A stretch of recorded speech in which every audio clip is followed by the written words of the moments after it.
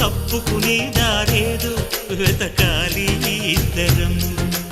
ఎప్పుడు మొదలైందో నన్ను లాగే ప్రియ స్వరం, ఎప్పుడు ఎటు తోస్తుందో చెబుతుందా ఈ క్షణం. అనుకోకుండా పడదోసింది వలపే నన్నిలా.